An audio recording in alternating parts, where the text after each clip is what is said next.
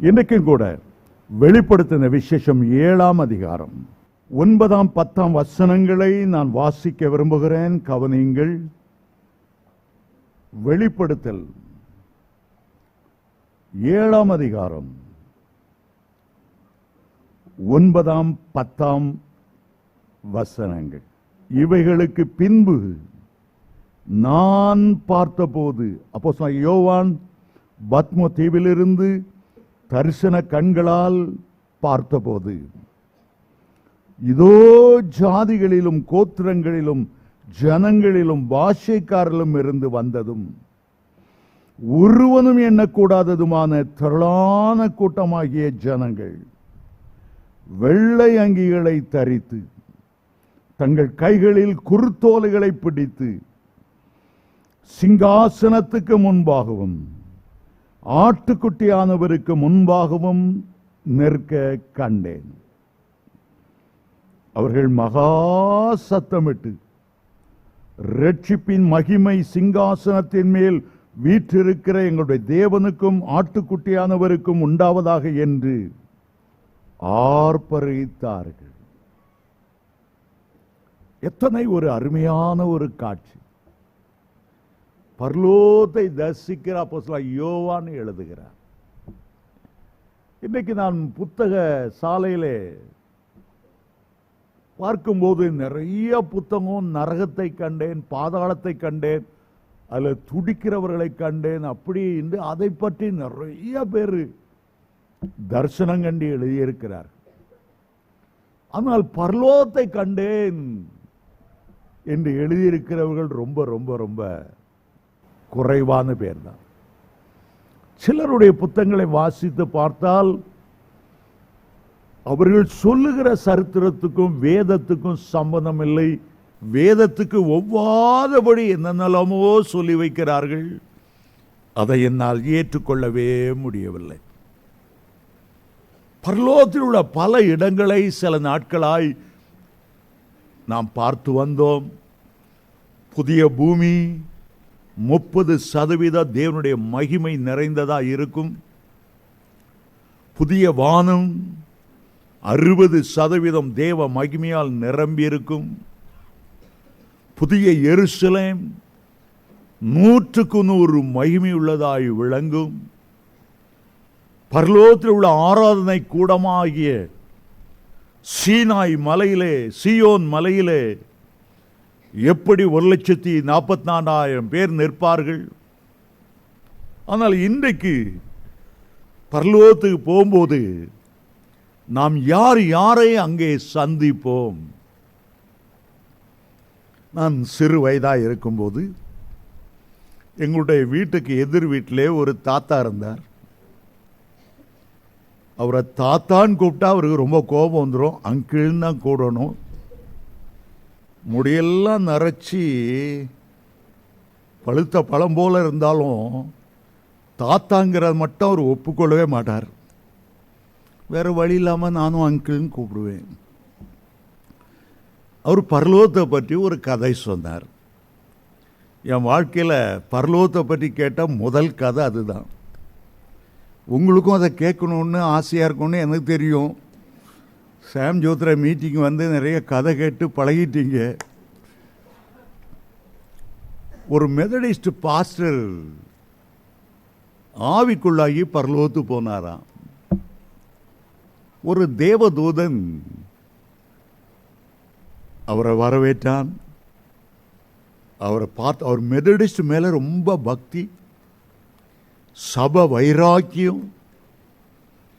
பரலோகத்தை மெத்தடிஸ்டுகள் தான் நிரப்புவார்கள் அப்படின்னு நிறைய பிரசங்கம் பண்ணியிருக்கிறார். போன உடனே கேட்டார், என்னுடைய மெத்தடிஸ்ட் ஆட்கள்லாம் என்ன வரவேற்க வரலையா? எவ்வளவு பேர் மெத்தடிஸ்ட் சர்ச்சிலிருந்து பரலோகத்தை நிரப்பி இருக்கிறாங்க? தேவதன் சொன்னா, உள்ள போய் சுற்றி பார்த்துட்டு வந்தவங்களுக்கு சொல்கிறேன், அது வரைக்கும் கொஞ்சம் வெளியே வெயிட் பண்ணுங்க. பரலோகத்தை சுற்றி பார்த்துட்டு அவர்கிட்ட வந்து சொன்னான், ஐயா மெத்தடிஸ்ட்லேருந்து ஒருத்தருமே வரல. இவருக்கு முகம் அப்படியே தொங்கி போச்சு. 30 வருஷம் தான் ஒளியம் செய்திருக்கேன், மெதடிஸ்ட்லேருந்து ஒருத்தரும் வரலையா? சரி, லுத்தரன்லேருந்து எத்தனை பேர் வந்திருக்காங்க? அவன் சுற்றி சுற்றி பார்த்துட்டு லுத்தரன்லேருந்து ஒருத்தனும் வரல,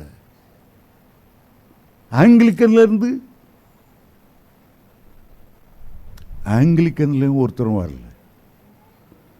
அவருக்கு பிடிக்காத ஒரு சபை பெந்தெகோஸ்தே சபை தான். பெந்தெகோஸ்தேலேருந்து அல்லேலியா போடுறவன் நான் மேலே வந்திருக்கானா. உள்ள போய் பார்த்து இவருக்கு பிரியமான ஒரு பதிலை சொன்னான்.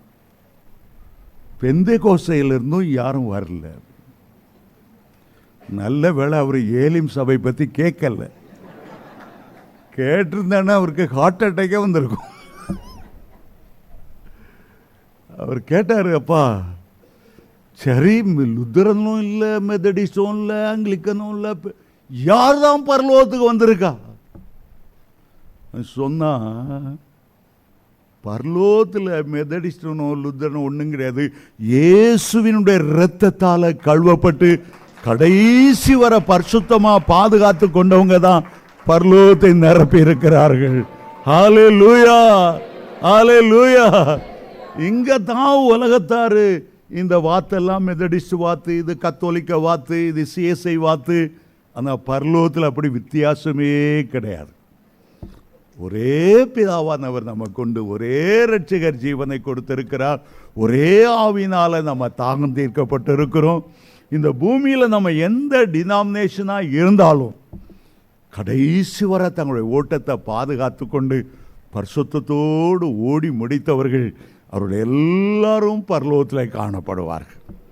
நாம் வாசித்த இந்த வேத பகுதியில் எல்லா ஜாதியிலிருந்தும், எல்லா ஜனங்களிலிருந்தும், எல்லா கோத்திரத்திலிருந்தும் திரளான ஜனங்கள் வருவாங்கன்னு சொல்லியிருக்க ஒழிய தமிழன் வருவான், மலையாளத்தான் வருவான், கேரளாக்காரன் வருவான், ஆந்திரா வாடு வரும், எல்லாம் அதை பற்றி கவலையில் ஆண்டவருக்கு. நீ இந்தியனாக இருந்தாலும், இலங்கை ஆளாக இருந்தாலும், எந்த ஆளாக இருந்தாலும் சரி, சிலுவை அண்டை வந்து நின்று, அப்பா எனக்காக அல்லவா இவ்வளோ ரத்தம், எனக்காக அல்லவா என் பாவங்களை கழுவி, அவர்கள்தான் அந்த பரலோக ராஜ்யத்தில் சென்று சேருவார்கள். ஆமேன், ஹல்லேலூயா, ஹல்லேலூயா. ஒரு காரியத்தை நான் மறப்பதே இல்லை. ஸ்கூலில் படிக்கும்போது, எலிமெண்ட்ரி ஸ்கூல் என்று நினைக்கிறேன், என்னுடைய தகப்பனார் இலங்கையில் வேலை செய்து கொண்டு இருந்தார். ஆகவே ஒரு விடுமுறைக்காக நானும் என்னுடைய தாயாரும் இலங்கைக்கு நாங்கள் புறப்பட்டோம். இலங்கை சுற்றி பார்க்கணும், அப்பாவை பார்க்கணும், ரொம்ப ஆசை. அப்பா மேலே எனக்கு ரொம்ப உயிர், என்னை ரொம்ப நேசிப்பார். ஆகவே அந்த காலத்தில் இலங்கைக்கு போகிறோன்னா ரொம்ப கஷ்டம், ட்ரெயினில் தான் போகணும். இங்கேருந்து புறப்பட்டு தனுஷ்கோடி போய் அங்கே பேருகீரெல்லாம் செக் பண்ணி இமிக்ரேஷனில் நாங்கள் 3 நாள் எங்களை தங்க வச்சுட்டான். ஒரு டப்பா ஹோட்டலில் தங்கியிருந்தோம். ட்ரெயினில் தான் போனோம். கடைசியில் தனுஷ்கோடியிலேருந்து நாங்கள் கப்பல் பிடித்தோம். 4 மணி நேரம் ஆடி ஆடி ஆடி வயிற்றில் உள்ள குடலெல்லாம் வெளியெடுத்துட்டு வாந்தி. எங்களுடைய கண்கள் அடுத்த கரையை பார்த்து கொண்டே இருந்தது. கடைசியில் அங்கே தலைமன்னாருங்கிற இடத்துல எங்களுடைய கப்பல் போகும்போது நாங்கள் எல்லாம் கப்பல் கரையில், எங்கள் அப்பாவுக்கு நாங்கள் 4 பிள்ளைகள், 4 பேரும் அந்த கப்பலில் உட்கார்ந்து பார்த்துக்கிட்டே இருக்கிறோம். ரொம்ப அழகு இலங்கை, பச்சை பசேல் இருக்குது. அது ஒரு மாலை நேரம், நாங்கள் போய் சேர்ற நேரம், சூரியன் அஸ்தமிக்க போகிறது, கொஞ்சம் வெளிச்சம் இருக்கிறது. கப்பல் அப்படி ஆடி ஆடி ஆடி அந்த கரைக்குள்ளே போகும்போது என்னுடைய தகப்பனார் அந்த கரையில் நின்றதை பார்த்தோம். எங்களை வரவேற்பதற்காக பார்த்தோம். பேண்ட் கீண்டு போ நல்ல அழகாக டிப் டாப்பாக டையெல்லாம் கட்டி கம்பீரமாக நின்று கொண்டிருக்கிறார். அவர் கண்கள் அந்த கப்பலுக்குள்ளே ஊடுருவி பார்த்து கொண்டிருக்கிறது. நாங்கள் எங்களை அப்பாவை பார்த்தோம். ஒரே சத்தம், டேடி டேடி டேடி. இன்னும் கரைக்கு போய் சேரல. அவரால் எங்களுடைய சத்தத்தை கேட்கக்கூடிய அருகாமையில் இல்லை. எங்களுக்கு இருக்க சந்தோஷம், தாங்க முடியாத சந்தோஷம், ஒரு மகிழ்ச்சியான சந்தோஷம். ஒரு நாள் நம்முடைய வாழ்க்கை முடிந்து இக்கரையிலிருந்து நம்ம அக்கறைக்கு போவோம்.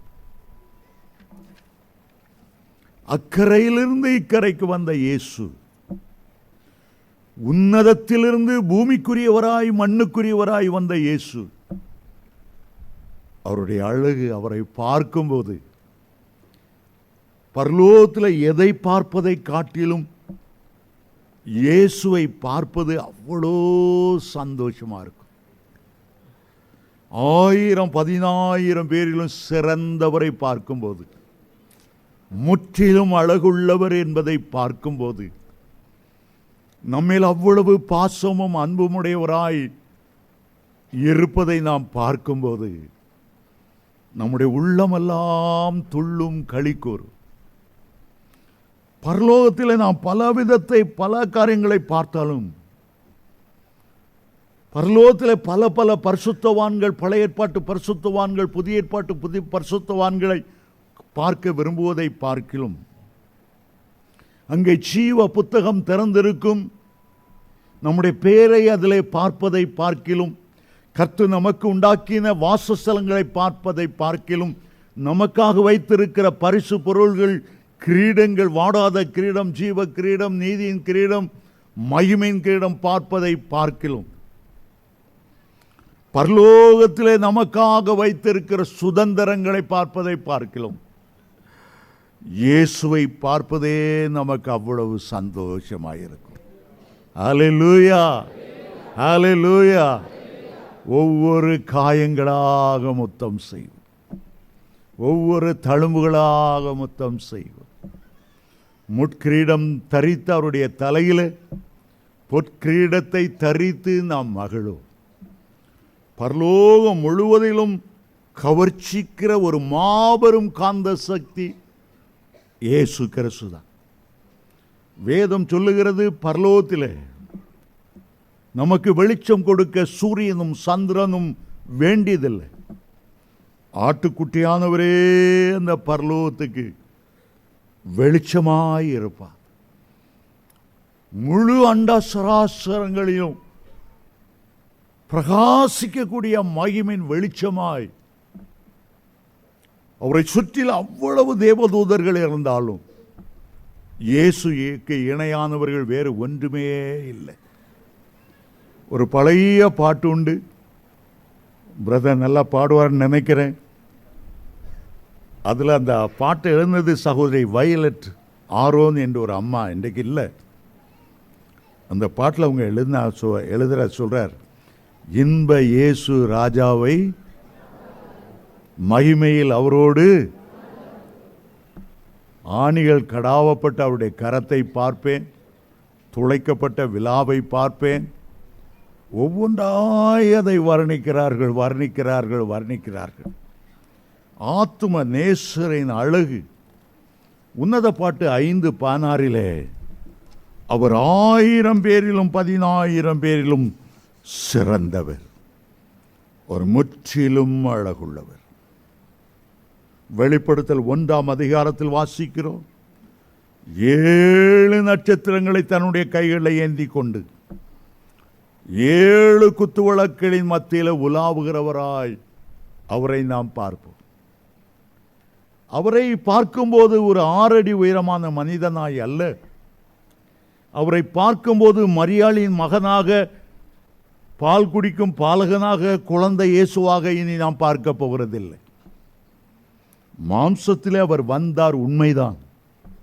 மனுஷகுமாரன் என்று அழைக்கப்பட்டார், உண்மைதான். ஆனால் பரலோகத்தில் அவர் மனுஷகுமாரனாக அமரப்போவதில்லை. அவர் தேவகுமாரனாக முழுக்க முழுக்க மகிமையால் நிறைந்தவராக அவரை நாம் பரலோகத்தில் நாம் பார்ப்போம். சங்கீதக்காரன் சொல்லுகிறார், 17 சங்கீதம் 15 நீதியிலே அவருடைய முகத்தை நான் தரிசிப்பேன், நான் விழிக்கும் போது அவர் சாயலால் நாம் திருப்தி ஆவோம். இப்போது நாம் பார்க்கிற இயேசு அல்ல. 1 கொரிந்தியர் 13ஆம் அதிகாரத்தில் 11-12 வாசித்தால் வேதம் சொல்கிறது, இப்போது நாம் அவரை கண்ணாடியிலே நிழலாட்டமாய் பார்க்கிறோம். ஒரு நிழலை போல தான் பார்க்கிறோம். அவருடைய பூரண அழகை நாம் பார்க்கல. நம்முடைய மாம்ச சரீரத்தில், நம்முடைய மாம்ச கண்களிலே அவருடைய முழு மகிமையும் காணுவதற்கு நம்முடைய கண்கள் உள்ள தசை நார்களுக்கு பலன் இல்லை. சாதாரண சூரியனையே 2 நிமிடம் 3 நிமிடம் நம்மளை பார்த்து கொண்டு கண் கூசாமல் இருக்க முடியாது.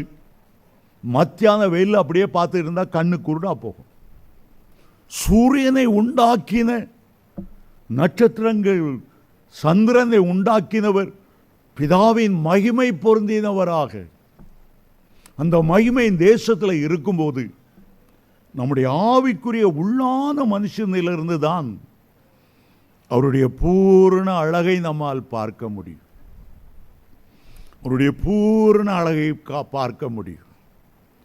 நாம் வாழ்நாளெல்லாம் அந்த மகிமையிலே அவரோடு சஞ்சரிக்கும் போது அவருடைய முக சாயல்தான் நம்மை சந்தோஷப்படுத்தும். எத்தனை கோடி தேவதூதர்கள் இருந்தாலும் ஆத்தும நேசரான இயேசுவுக்கு ஈடு இணையே கிடையாது. என் மீட்பர் உயிரோடு இருக்கிறார் என்றும் அவர் கடைசி நாளில் பூமியின் மேல் நிற்பார் என்றும் நான் அறிந்திருக்கிறேன். பழைய ஏற்பாட்டு பரிசுத்தவானாகிய யோபுவுக்கு ஆண்டவருடைய முகத்தை பார்க்கணும் அவ்வளோ ஆசை. அவர் சொல்லுகிறார், அந்நிய கண்கள் அல்ல, என்னுடைய கண்களே அவரை காணும். அவரை பார்க்க வேண்டும், பேச வேண்டும், அவரை என்னுடைய கண்களே காணும். ஆண்டவர் நம்ம பேச முடியாதபடி அப்படி பந்தா பண்ணிட்டு இருக்கிறவர் அல்ல. ஓடி போய் அவரை கட்டி பிடித்து மிகுந்த பாசத்தோடு மகனே மகளே என்று அவரை அழைத்து நம்மோடு மனம் திறந்து அவர் பேசுவார். நீ பூமியிலே பரிசுத்தத்துக்காக போராடினதை கண்டிருக்கிறேன். என் நிமித்தம் நீ பட்ட பாடுகளை நான் கண்டிருக்கிறேன். எத்தனையோ போராட்டங்களை நீ செய்தது கண்டிருக்கிறேன். சரி, எஜமானுடைய சந்தோஷத்துக்குள் பிரவேசி. எவ்வளோ சந்தோஷமா இருக்கும். அவரை பார்த்த மாத்திரத்தில் உலகத்தில் நாம் பட்ட கஷ்டங்கள், வேதனைகள் எல்லாம் மாறிப்போம். உலகத்தில் உள்ள எல்லா வருத்தங்கள், துன்பங்கள், கண்ணீர்கள், போராட்டங்கள் எல்லாவற்றையும் ஆண்டவர் மாற்ற செய்வார். பரலோகத்தில் முதலாவது நம்மை மிகவும் கவர்வது இயேசு கிறிஸ்துவினுடைய முகத்தின் சாயல். அவருடைய அன்பின் முகத்தை பார்ப்போம். இரண்டாவதாக நாம் நம்மையே பார்ப்போம். நம்மில ஏற்பட்டிருக்கிற மகிமையான ஆச்சரியமான மாறுதல்களை பார்ப்போம். ஏனென்றால் பரலோகத்துக்குள்ளே நாம் போகும்போது நம்முடைய சரீரம் வருகையிலே மறுரூபமாக்கப்பட்ட சரீரமாய் இருக்கும். கர்த்தருடைய ராஜ்யத்திலே மகிமையின் சரீரமாய் மாறிவிடும். நாம் வாழ்கிற இந்த சரீரம் ஒரு ஜென்ம சரீரம், ஆதாமிடத்திலிருந்து பெற்ற ஒரு சரீரம். பாவம் செய்ததினாலே இந்த சரீரம் ஒரு பாவ சரீரமாய் இருக்கிறது. இயேசுவுடைய இரத்தம் விழும்போது இந்த சரீரம் ஒரு மீட்கப்பட்ட சரீரமாய் மாறிவிடுகிறது. இயேசு கிறிஸ்துவினுடைய உயிர்த்தெழுதலுக்கு பிறகு அவருடைய சரீரம் உயிர்த்தெழுந்த சரீரமாய் இருந்தது. நம்முடைய சரீரம் எக்காலம் தொனிக்கும் போது மறுரூபமாக்கப்பட்ட சரீரமாயிருக்கும். மாம்ச சரீரம் கீழே விழுந்து அதில் ஆயிரக்கணக்கான மாற்றங்கள் மகிமை சரீரத்தோடு எடுத்துக்கொள்ளப்படுவோம்.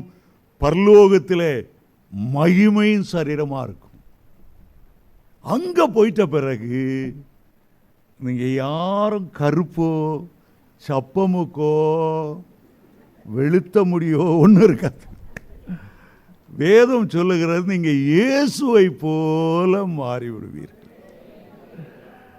இயேசுவை போல மாறினாலும் உங்களை பார்க்குறவங்கள நீங்கள் பார்த்த உடனே நீங்கள் அண்ணாக்கா தானே, நீங்கள் ஏனோக்கு தானே, நீங்கள் எலியா தானே, உடனே கண்டு கொள்ளும்படி நம்முடைய மூளை, நம்முடைய அறிவு பல 1000 மடங்கு பெருசாக இருக்கும். நம்ம யாரும் நம்மளை இன்ட்ரடியூஸ் பண்ண வேண்டியதில்லை, மற்றவங்களையும் நம்மோடு இன்ட்ரடியூஸ் பண்ண வேண்டியதில்லை. அது முழு உலகத்தில் உள்ள பரிசுத்தவான்களையும் அந்த நேரம் புரிந்து கொள்ளும்படி உங்களுடைய அறிவு கோடி மடங்கு அதிகமாகிவிடும். அப்போஸ்தலனாகிய பவுல் சொல்லுகிறார், நாம் இப்பொழுது குறைந்த அறிவுள்ளவர். 1 கொரிந்தியர் 13, 12, 13 வாசித்தால், ஆனால் அப்பொழுது அறியப்பட்டு இருக்கிறபடியே நான் அறிந்து கொள்ளுவேன். உங்களை பார்த்தாலே ஆச்சரியமா இருக்கும். என்னடா முன்னால மாம்சம் இருந்துச்சு, முன்னால சரீர குறைபாடு உள்ளவனா இருந்தேன், முன்னால கண்ணு தெரியாம கண்ணாடி போட்டிருந்தேன், இப்போ பார்த்தா கண்ணு 1 கோடி மைல் தூரத்துக்கு தெரியுது. எப்படி இவ்வளோ மாற்றும், இப்படி எப்படி மாற்றும்? உன்னத பாட்டில் சூலமித்தி சொல்லுகிற, அந்த கருப்பா இருந்தாலும் அழகா இருக்கிறேன். ஆதாமுக்குள்ள கருப்பா இருந்தேன், இயேசுக்குள்ள அழகா இருக்கிறேன். பாவங்கள் என்ன கருப்பா மாத்துச்சு, இயேசுவின் ரத்தம் என்ன அழகா மாற்றிட்டு பரலோகத்துக்கு போகும்போது அவருடைய சாயலை, அவருடைய ரூபத்தை நான் பெற்றுக்கொள்ளுவேன். ஆதாம ஆண்டவர் உண்டாக்கும் போது அவருடைய சாயலை கொடுத்திருந்தார், அவருடைய ரூபத்தை கொடுத்திருந்தார். ஆனால் அவன் சாத்தானுக்கு கீழ்ப்படிந்து அவர் விலக்கின கனியை புசித்த உடனே அந்த அழகு சிதைக்கப்பட்டு போனது. தேவ சாயலை அவன் இழந்து போனான். பிசாசின் சாயல், சாத்தானின் சாயல், மிருகத்தின் சாயல். அந்திக்கிறிஸ்துடைய 666 தரித்து கொண்டால் மிருகத்தை போல மாற்றப்படுவார். ஆனால் தேவனுடைய பிள்ளைகள் வருகையிலே ஆண்டவரை போல மாற்றப்படுவார்கள். அப்போ குள்ள கத்திரிக்காயும் கிடையாது, குண்டு கத்திரிக்காயும் கிடையாது, இயேசு போல மாற்றப்படுவீர்கள். 1 யோவான் 3:2 அதை சொல்லுகிறது. அது என்ன சொல்லுகிறது? நாம் இப்போது இப்படி இருக்கிறோம், ஆனால் அவர் வெளிப்படும் போது அவர் வெளிப்படும் போது அவருக்கு ஒப்பாக நாம் மாற்றப்படுவோம். அவர் இருக்கிற வண்ணமாக நாம் அவரை தரிசிப்பதினாலே அவருக்கு ஒப்பாக மாற்றப்படுவோம். என்ன அழகு வசனம்! நம்ம இயேசுவை போல மாற்றப்படும். சாயங்காலம் என்னை பார்க்க ஒரு சிஸ்டர் வந்திருந்தாங்க. கேட்டாங்க, பிரதர், பரலோகத்துக்கு போய் என் ஹஸ்பண்டும் வந்தாருன்னா அவருக்கு நான் வீட்டு வேலை செய்து கொடுத்துட்ருக்கேன்மா. நல்ல ஒரு கேள்வி. ஆண்டவர் சொன்னார், பரலோகத்துக்கு போனால் அங்கே ஆண் என்றும் இல்லை, பெண் என்றும் இல்லை. உங்களுடைய கணவனை நீங்கள் கண்டு கொள்வீர்களே தவிர எல்லாரும் தேவ தூதர்களை போல இருப்பீங்க. பூமியில் பணி விட செய்ய மாதிரி காப்பி போடு, சீக்கிரம் அதை பண்ணு, இதை. அவர் அங்கே உங்களை வேலை வாங்க முடியாது, நீங்கள் அவரை ஏற்று பேச முடியாது. அவர் கூட சண்டை போடணும்னு நினைச்சாலும் சண்டை போட முடியாது. இயேசுநாதர்கிட்ட வந்து கேள்வி கேட்டாங்க, ஐயா, ஒருத்தன் ஒரு பெண்ணை கல்யாணம் கட்டியிருந்தான், சந்தானம் இல்லாமல் செத்து போயிட்டான். அவனுடைய பிரதர் அதே பொண்ணை 2ஆம் தரமாக கட்டினார், அவனுக்கும் பிள்ளை இல்லை, அவனும் செத்து போயிட்டான். 3ஆவது ஒருத்தரை கட்டினார், 4ஆவது 5ஆவது 7 பேரை கட்டினா 7 பேரும் செத்து போயிட்டாங்க. அந்த லேடியும் செத்து போச்சு, பரலோகத்துக்கு போனாங்க. யாருக்கு அவா பெஞ்சதியாக இருப்பா? இதுதான் இயேசுநாதர் காலத்தில் இருந்த மர மண்டைகளுக்குள்ள வந்த பெரிய கேள்வி. அதுதான் இயேசுநாதர் பார்த்தாரு, உங்களுக்கு உயிர்த்தெழுதை பற்றி ஏபிசிடி தெரியல. உயிர்த்தெழுதலில் ஆண் என்றும் இல்லை, பெண் என்றும் இல்லை, அவங்க தேவ தூதர்களை போல இருப்பார்கள். ஆமேன், ஹல்லேலூயா. நான் ஹைஸ்கூலில் சேர்ந்த உடனே, ஹைஸ்கூலுக்கு போன உடனே அங்கே சயின்ஸ் ரூமில் ஒரு எலும்பு கூடு நிறுத்தி இருந்துச்சு. நான் நேராக எங்கள் டீச்சர்கிட்ட போனேன். சரி, இது எலும்பை நான் எண்ணலாமான்னு கேட்டேன். ஏன்னு கேட்டார், ஆதாம் ஆண்களுக்கு ஒரு எலும்பு குறையாக இருக்கும், ஏன்னா ஒன்றை டொனேட் பண்ணி எவ்வளோ கொடுத்துட்டாரு. அப்போ ஏவாளுக்கு ஒரு எலும்பு அதிகமாக இருக்கும், இல்லை ஆணுக்கும் பெண்ணுக்கும் ஒரே எலும்பு? அது எப்படி? ஒன்றை எடுத்த பிறகு மீதி என்ன இருந்துச்சோ அதில் தான் ஏவாளுக்கு அதே எண்ணிக்கையில் உண்டாக்கிட்டார். அடாட்டா, சரி, இந்த எலும்பு கூட ஆணா பொண்ணான்னு கேட்டேன். அவர் சொன்னார், எந்த எலும்பு கூட வச்சு ஆணுன்னு கண்டுபிடிக்க முடியாது, பெண்ணுன்னு கண்டுபிடிக்க முடியாது. ஆண் எலும்பு கூட பெண் எலும்பு கூட இதெல்லாம் வெறும் மாம்ச சதை தான். 9வது நாளில் அவன் செத்த 9 நாள்ல இந்த மாம்சம் எல்லாம் கரைஞ்சி ஓடிடும். ஒரு எலும்பை பார்த்தும் ஆண் எலும்பும் பெண் எலும்புன்னு கண்டுபிடிக்கவே முடியாது. அதே போல தான் பரலோகத்தில் போகும்போது நாம் எல்லாம் தேவ தூதர்களாக இருப்போமே தவிர, எவ்வளவு கர்த்தருக்குள்ள வளர்ந்தோம், எவ்வளவு நேசித்தோம், அதுதான் நம்ம வெளிப்படுத்தி கொண்டு இருப்போமே தவிர, அங்கே ஆணென்றோ பெண்ணென்றோ அந்த உறவு முறையோ ஒன்றுமே கிடையாது. பூமியில் வாழ்ந்தது வேணால் நம்ம நினைவு கூறலாம், நம்முடைய பிள்ளைகளை பார்த்து அடையாளம் கண்டு கொள்ளலாம். ஆனால் பரலோகத்தில் இந்த உறவு முறை, அண்ணன் தம்பிங்கிற உறவு முறையோ அக்கா தங்கச்சிங்கிற உறவு முறையோ பரலோகத்தில் இருக்காது. நம்ம எல்லாம் எப்படி மாற்றப்பட்டு இருப்போமாம்? ஆண்டவரை போல மாற்றப்பட்டிருப்போம். இன்னொரு அருமையான வசனம் உண்டு. பிலிப்பியர் 3ஆம் அதிகாரம் 21ஆம் வசனத்தை வாசிக்கும் போது அந்த வேத வசனம் சொல்லுகிறது, நம்முடைய அற்பமான சரீரத்தை தம்முடைய மகிமையான சரீரத்துக்கு ஒப்பாக, தம்முடைய என்றால் இயேசு கிறிஸ்துவுடைய மகிமையான சரீரத்துக்கு ஒப்பாக அவர் மறுரூபப்படுத்துவார். அவர் மறுரூபப்படுத்துவார். இது அற்பமான சரீரம் தான். ஒரு வாரம் ஜோரம் அடிச்சா புஷ்ஷுன்னு காத்து போன பலூன் போல இறங்கி போயிடும். இது இரும்புல செய்யப்பட்டதில்லை. திடீர்னு ஒரு பஸ்காரை வந்து மோதுறான், உழுறான், எலும்பு முறியுது, செத்தே போயிடலாம். காரணம் இது அற்பமான சரீரம். ஆனால் பரலோகத்துக்கு போகும்போது அது ஒரு மகிமையான சரீரமாய் மாறிவிடும். இயேசுவுக்கு ஒப்பான மகிமை சரீரமாய் மாற்றப்பட்டுவிடும். இது மண்ணான ஆதாமிலிருந்து நம்ம சுதந்திரித்து கொண்ட ஒரு சரீரம்.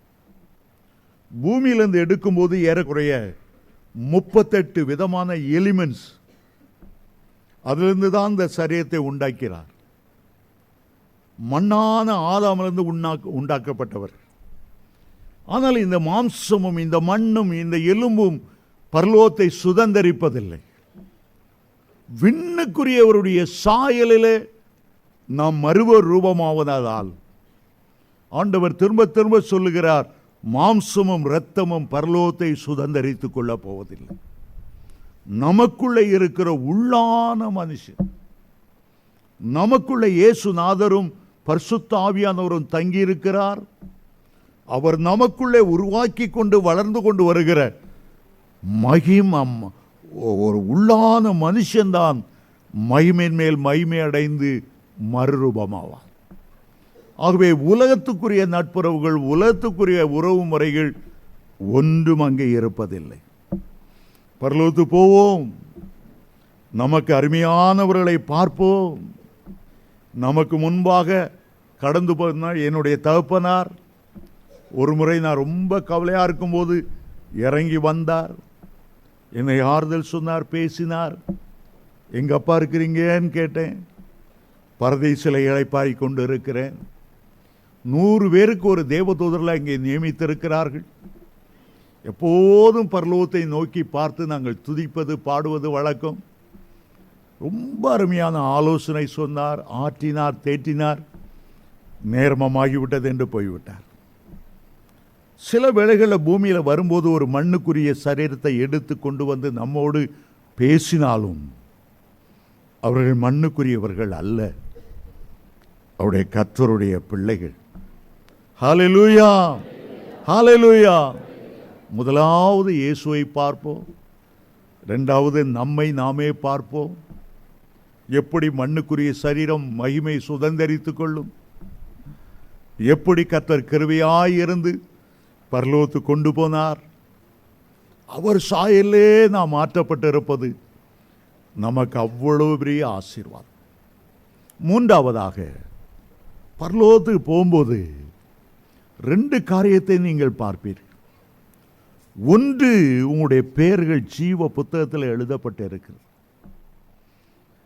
அந்த ஜீவ புத்தகத்துக்கு பெயர் ஆட்டுக்குட்டியானவருடைய ஜீவ புத்தகம்.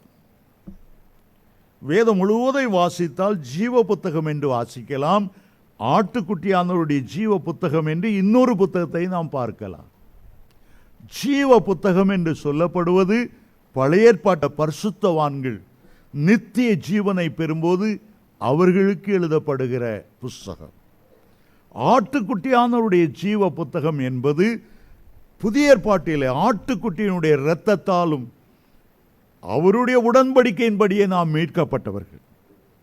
நம்முடைய பெயர்கள் ஆட்டுக்குட்டியானவருடைய ஜீவ புத்தகத்தில் எழுதப்பட்டு அவருடைய எலும்புக்கும் அவருடைய இரத்தத்துக்கும் நாம் பங்குள்ளவர்களாய் இருக்கிறபடியால் அவருடைய மணவாட்டி என்று அழைக்கப்படுகிற இயேசு இருக்கிற இடத்திலே நமக்கு ஒரு வாசஸ்தலம் கொடுக்கப்பட்டு இருக்கிறதை பார்த்து நாம் ரொம்ப சந்தோஷப்படுவோம். அதைத்தான் இயேசு கிறிஸ்து சொன்னார். முன்னமே நான் சொல்லியிருந்தாலும் சொல்லுகிறேன், பிதாவின் வீட்டில் அநேக வாசஸ்தலங்கள் உண்டு பழைய ஏற்பாட்டு பரிசுத்தவான்களுக்கு. பிதாவின் வீடு என்பது பிதா நேரடியாக ஆட்சி செய்த பழைய ஏற்பாட்டு காலம். அவர்களுக்கு நிறைய வாசஸ்தலங்கள். ஆபிரகாம் அப்பார்ட்மெண்ட் விசுவாசிகளின் தகப்பனுக்கு, யாக்கோபு அப்பார்ட்மெண்ட் யாக்கோபை போல தேவனோடு போராடி மேற்கொள்கிறவர்களுக்கு, ஈசாக் அப்பார்ட்மெண்ட் வேதத்தை தியானிக்கிற ஒரு மனுஷன், மோசே அப்பார்ட்மெண்ட், நிறைய அப்பார்ட்மெண்ட். ஆனால் ஆண்டவர் சொல்லுகிறார், பிதாவின் வீட்டில் நிறைய வாசஸ்தலங்கள் இருந்தாலும் உங்களுக்காக ஒரே ஒரு வாசஸ்தலத்தை நான் ஆயத்தம் பண்ண போகிறேன். இயேசுவுக்கு எந்த இடமோ பரலோகத்தில் திருத்துவ தேவனிலே 2வதாக அழைக்கப்படுகிற இயேசு கிறிஸ்துவுக்கு பிதாவானவர் எந்த இடத்தை கொடுத்திருக்கிறாரோ அந்த இடத்துல அவரை சுற்றிலும் புதிய ஏற்பாட்டு பரிசுத்தவான்கள் அவருடைய மணவாட்டியாய் அந்த வாசஸ்தலத்தில் வீற்றிருப்போம். பழைய ஏற்பாட்டு பரிசுத்தவான்கள் இயேசுடைய தோழர்களாய் பிதாவுடைய வீட்டுக்கு வருவார்கள். அவர்களுக்கு இல்லாத ஒன்றை எபிரேயர் 11:40 எபிரேயர் 11 விசுவாச வீரர்கள் பழைய ஏற்பாட்டு வீரர்களை பற்றியெல்லாம் எழுதிவிட்டு கடைசி வசனத்தில் சொல்லுகிறார்கள், என்னதான் அவர்கள் பழைய ஏற்பாட்டில் பெரிய பரிசுத்தவான்களாக இருந்தாலும் நம்மை அல்லாமல் அவர்கள் பூர்ணராகாதபடிக்கு விசேஷமானது ஒன்றை நமக்காக நியமித்திருக்கிறார். எவ்வளோ அந்த ஆனந்தம்! நம்ம இல்லாமல் அவங்க பூரணமாக முடியாதான்? ஏன்னா அவங்க வெறும் ஆடு மாடு இரத்தத்தால் மட்டுமே மீட்கப்பட்டவர்கள். நாம அவருடைய சொந்த இரத்தத்தால், மாம்சத்துக்கு மாம்சமும் இரத்தத்துக்கு இரத்தமும் ஒவ்வொரு முறை திருவிருந்து ஆராதனை செய்யும்போது அவர் செய்த உடன்படிக்கை, இது என்னுடைய இரத்தத்தினால் உண்டாகிற புது உடன்படிக்கையாக இருக்கிறது. அவருடைய உடன்படிக்கை என்ன? உன்னை நான் பாதுகாத்து கொண்டு பரலோகம் செல்வேன். அவருடைய உடன்படிக்கை என்ன? நான் இருக்கிற இடத்துல நீங்களும் இருப்பீர்கள். அந்த வாசஸ்தலங்கள் எவ்வளவு மகிமையானவை! வெளிப்படுத்தல் 21 முழுவதும் நாம் வாசம் பண்ணுகிற புதிய எருசலேமை குறித்து எழுதப்பட்டிருக்கிறது. நாம் வருகையிலே எடுத்துக்கொள்ளப்படும் போது புதிய எருசலேம் நம்மை வரவேற்பதற்காக பரலோகத்திலிருந்து இறங்கி வருகிறது நான் கண்டேன் என்று எழுதுகிறார். பரலோகத்தில் இருக்கிற புதிய எருசலேம் வருகையிலே தேவனுடைய பிள்ளைகள் மத்தியாகத்தில் எடுத்துக்கொள்ளப்படும் போது அவர்களை வரவேற்பதற்காக பரலோகத்திலிருந்து இறங்கி வருகிறதை கண்டேன். அது மணவாளனுக்காக அலங்கரிக்கப்பட்ட ஒரு மணவாட்டியை போல இருந்தது. அந்த புதிய எருசலேமுக்கு 12 வாசல்கள் இருக்கின்றன. நெகேமியா இடிந்து போன எருசலேமின் 12 மதில்களை கட்டினார். முதல் வாசல் ஆட்டுக்குட்டியினுடைய வாசல். அதுபோல புதிய எருசலேமுக்கு 12 வாசல்கள் இருந்தன. அதை குறித்து அப்போஸ்தலன் யோவான் எழுதும்போது அதன் மதில் வச்சிர கல்லை போல, வைரத்தை போல பிரகாசிக்கிறது. நகரத்துக்கு தெளிந்த பளிங்கு கொப்பான அந்த நகரத்தின் பட்டணத்தின் வீதியெல்லாம் சுத்த பொன்னாய் இருந்தது. மகிமின் வெளிச்சம் வீசிக்கொண்டிருந்தது. அந்த 12 வாசல்களும் பெரிய பெரிய முத்துக்களால் செய்தவைகளாய் இருந்தன. ஒவ்வொரு வாசும் பளிங்கை போல. வெளிப்படுத்தல் 22 அதிகாரம் 18-21 வாசித்து பார்த்தால் அவ்வளவு ஆச்சரியமாய் இருக்கிறது. ஆகவே அங்குள்ள வாசஸ்தலங்கள். நேரமில்லை. 4வதா நாம் பரலோகத்தில் பார்க்கும்போது நம்முடைய உள்ளத்தை கவர்வது அங்கே இருக்கிற ஜீவ விருட்சம். அந்த ஜீவ விருட்சம் எங்கே இருக்கிறதா? ஒரு பெரிய சிங்காசனம் இருக்கிறது பரலோகத்தில். பிதாவானவர் அதனுடைய அங்கே கம்பீரமாய் உட்கார்ந்து இருக்கிறார். அவருடைய வலது பார்சத்தில் இயேசு கிறிஸ்து ஜெயங்கொண்டவராய் உட்கார்ந்து இருக்கிறார். வெளிப்படுத்தல் 3:21 இயேசு சொன்னார், நான் ஜெயங்கொண்டு என்னுடைய பிதாவின் சிங்காசனத்திலே வீற்றிருக்கிறது போல. பிதாவுடைய பக்கத்திலே ஜெயங்கொண்டவராய் இயேசு வீற்றிருக்கிறார். நமக்கு அதே சிங்காசனத்தில் ஒரு சீட்டை ரிசர்வ் பண்ணி வைத்திருக்கிறார். ஜெயங்கொள்ளுகிறவன் எவனோ அவனை என்னுடனே என்னுடைய சிங்காசனத்தில் வீற்றிருக்க அருள் செய்வேன் என்று சொல்லுகிறார். அந்த சிங்காசனத்திலிருந்து ஜீவ தண்ணீர் உள்ள ஒரு நதி புறப்பட்டு வருகிறது. தேவனும் ஆட்டுக்குட்டியானவரும் இருக்கிற அந்த சிங்காசனத்திலிருந்து ஜீவ தண்ணீர் உள்ள நதி புறப்பட்டு வருகிறது. அது வருகிற இடமெல்லாம் ஜீவ விருட்சங்கள் இருக்கும். ஒவ்வொரு மாதமும் ருசி தருகிற ஜீவ விருட்சங்கள் அங்கே இருக்கு. பரதீசி என்று சொல்லப்படுகிற புதிய வானத்திலே, புதிய பூமியிலே ஒரே ஒரு ஜீவ விருட்சம் மட்டுமே உண்டு. வெளிப்படுத்தல் 2:7 பரதீசியின் மத்தியிலே ஒரு ஜீவ விருட்ச மரம் இருந்தது. அது வெறும் ரட்சிப்பை பெற்றவர்கள் பரலோக ராஜ்யத்துக்குள் நுழைய முடியாமல் ரட்சிப்போடு நின்றுட்டாங்க. ஞானஸ்நானம் எடுக்கல, பரிசுத்தாவி பெறல. ஒரே ஒரு ஜீவ விருட்சம். ஆனால் பரலோகத்திலே ஜீவ நதி ஓடுகிற இடமெல்லாம் ஜீவ விருட்சம். மாதந்தோறும் கனி கொடுக்கிற ஜீவ விருட்சம். பரலோகம் முழுவதும் இனிமையான வாசனையை பிறப்பிக்கக்கூடிய ஜீவ விருட்சம். அதனுடைய கனி அவ்வளவு இனிமையான ருசிகரமான கனி. இந்த பூமியில் இராத கோல்டன் கலரில் நிறைய பட்டர்ஃப்ளைஸ், புது புது பறவைகள், புது புது மயில் தோகைகளை விரித்து ஆடுவது போல அவ்வளோ புதிய பறவைகள், மரங்கள், செடிகள் கணக்கில்லாத அழகுள்ளவை.